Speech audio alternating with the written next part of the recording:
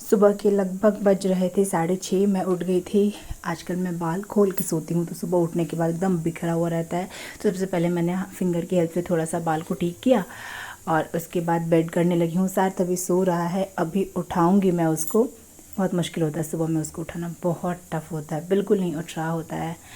But जंग मेरी जारी रहती है उसके साथ और मैं उसको अपनी भरपूर कोशिश के साथ मना के बहला के काफ़ी डांट के भी उठा ही लेती हूँ।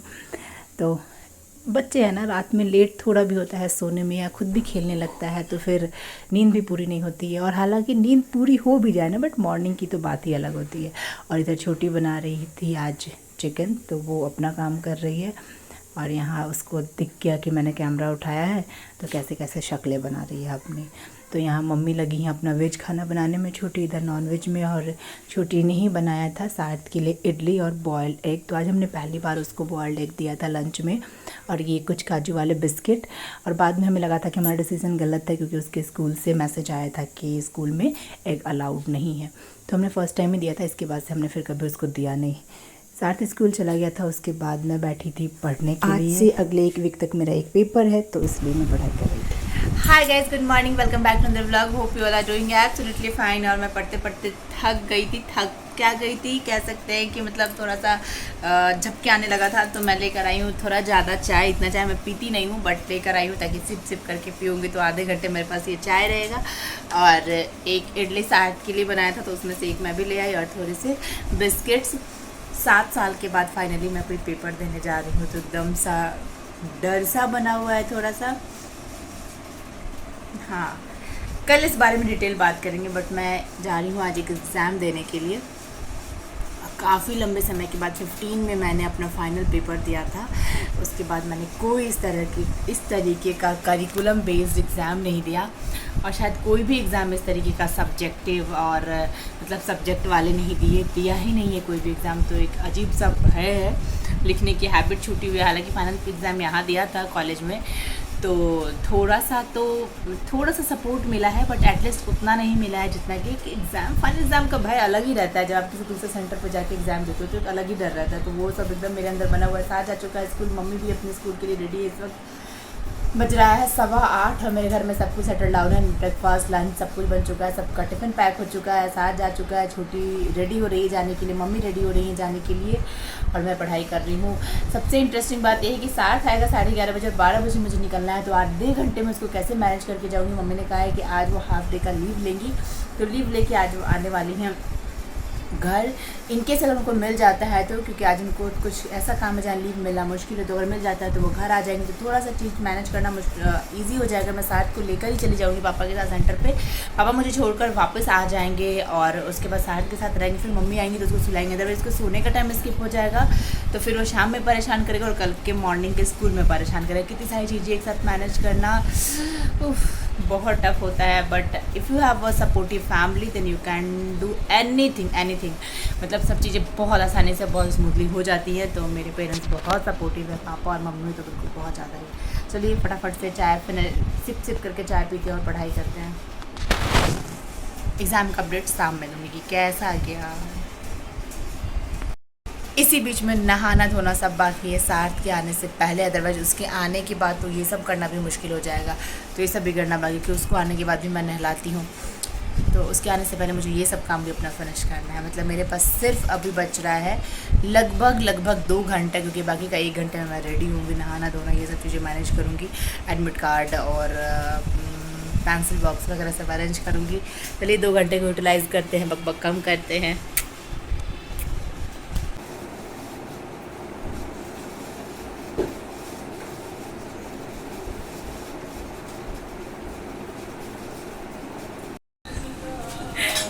छोटी मेरी तैयार होके रहने का वो ब्लैक मैजिक लगाई है, लेकिन इसके लिप्स पे अभी तक कलर नहीं आया है। बिकॉज आई एम इसका तो मैसेज ये वो होता है, क्या बोलते हैं उसको, डिस्प्ले हो रहा है, your lips doesn't support this feature. Sorry. और अभी तक नहीं आया है, अपने लिप्स को एकदम घूरे जा रही है, लेकिन अभी तक नहीं है। कुछ तो अभी तक तो नहीं हुआ है। मॉइस्चराइज कर रहा है ना, बहुत है। तो समझ लेंगे बेबी लिप मंगाए हैं। क्या चाहिए तुमको? वो चाहिए, लो। क्या चाहिए? रखे हैं पास में अरे ये रेने का सो कॉल्ड मैजिक ब्लैक। अभी से वो कॉल ना रह जाए। इस वक्त बकवास का बिल्कुल टाइम नहीं है, इस वक्त कॉन्सेंट्रेट ऑन स्टडी। 9 बज गए हैं भाई, मम्मी जा चुकी है स्कूल। बिल्कुल बिल्कुल बिल्कुल बिल्कुल बिल्कुल बिल्कुल बिल्कुल टाइम नहीं है। बज गए हैं 10:30। जितना पढ़ना था पढ़ लिया, जितना होना था हो गया। अब कुछ नहीं, अब बस दिल की धड़कन बढ़ रही है। Bag is all set and I am not ready. अब मैं जा रही हूँ रेडी होने के लिए। पापा को भी बोल रही हूँ टाइम पे स्कूल पहुँच जाएंगे, 5 मिनट पहले ही पहुँच जाएंगे ताकि 11 बजते ही ले ले, ताकि मैं उसको भी जल्दी रेडी करके निकल पाऊँ।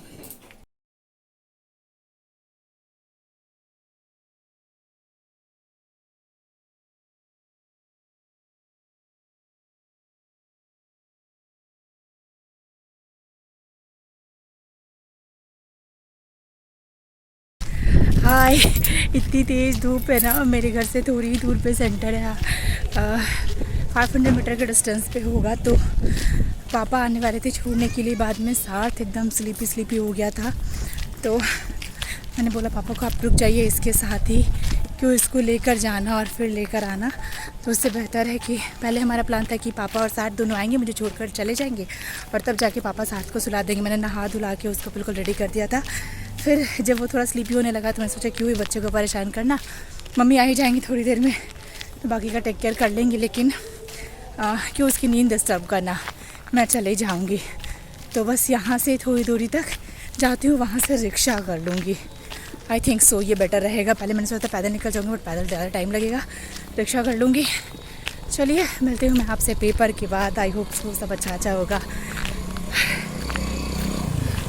Bye bye.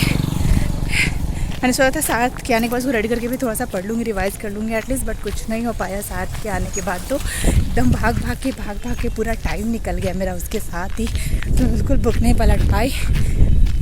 अभी जल्दी से सब सामान, ये तो गनीमत था कि मैंने सारा बैग अपना पहले से रेडी कर लिया था, अदरवाइज तो कुछ छूट जाता मेरा। इतनी जल्दबाजी में मैं भागी हूँ। ठीक 12:30 पे मुझे सेंटर पे पहुँचना है। 12:10 तक मैं उसके साथ ही, पापा बार कह रहे थे बेटा निकलो जल्दी, लेट हो जाएगा, जल्दी निकलो, तुम छोड़ो इसको, मैं देख लूँगा। बट वो था पता नहीं बच्चों को समझ में आ जाता है क्या कि मतलब मम्मा को कहीं इंगेज होना या कुछ, वो अजीब से चिपटे हुए था मेरे साथ। तो कैसे भी करके उसको दूध देने के बहाने निकली हूँ। दूध दिया है पापा को, पापा लेकर कमरे में गए हैं और मैं बाहर भागी हूँ।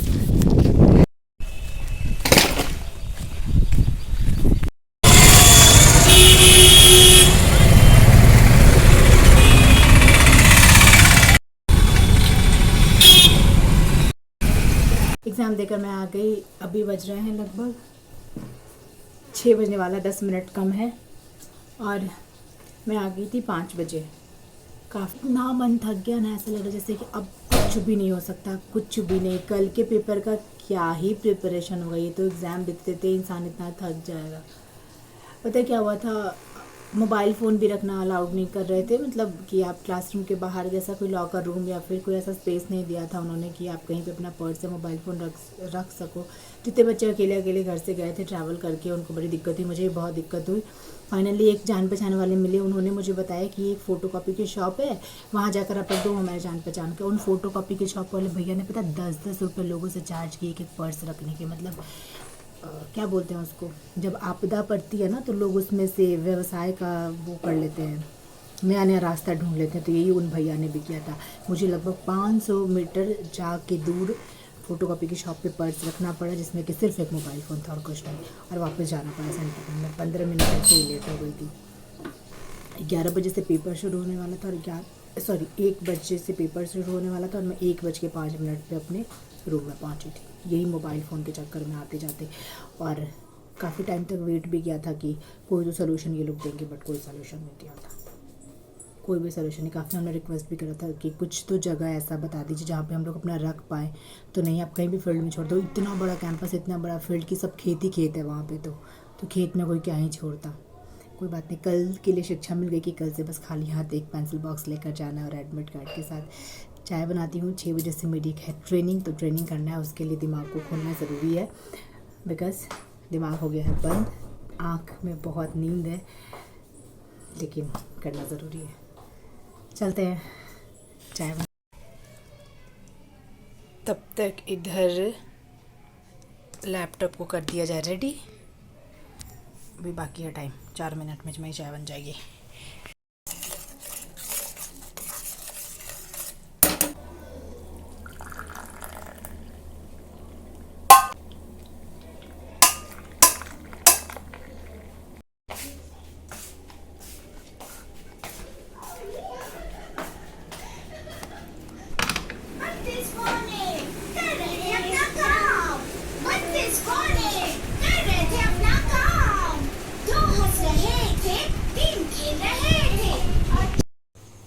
ये रहा मेरा लैपटॉप जो आज से 11 साल पहले पापा ने मुझे ख़रीद दिया था मेरे पसंद से। उस समय ये वाला लैपटॉप ये पड़ा हुआ था दिल्ली में ऐसे ही, तो भाई गया था तो मैंने मंगवा लिया। ये लगा रही हूँ चार्ज में, देखती हूँ ये काम करता है कि नहीं। काफ़ी टाइम से तो बंद पड़ा है, देखते हैं थोड़ा सा चार्ज करने के बाद पता चलेगा एग्जैक्ट स्टेटस क्या है। एक आधा की इधर की टूटी हुई थी, कोई नहीं, चार्ज करते हैं पहले, देखें एटलीस्ट बत्ती भी जल रही है कि नहीं चार्जिंग की। इधर तो नहीं जल रही है, इधर जलती है तो ये जल रही है, देखते हैं क्या होता है, क्या स्टेटस है। 8 बज गया भाई साहब, इतनी थकान हो गई ना, अब तो मन कर रहा है सीधे सो जा मम्मी।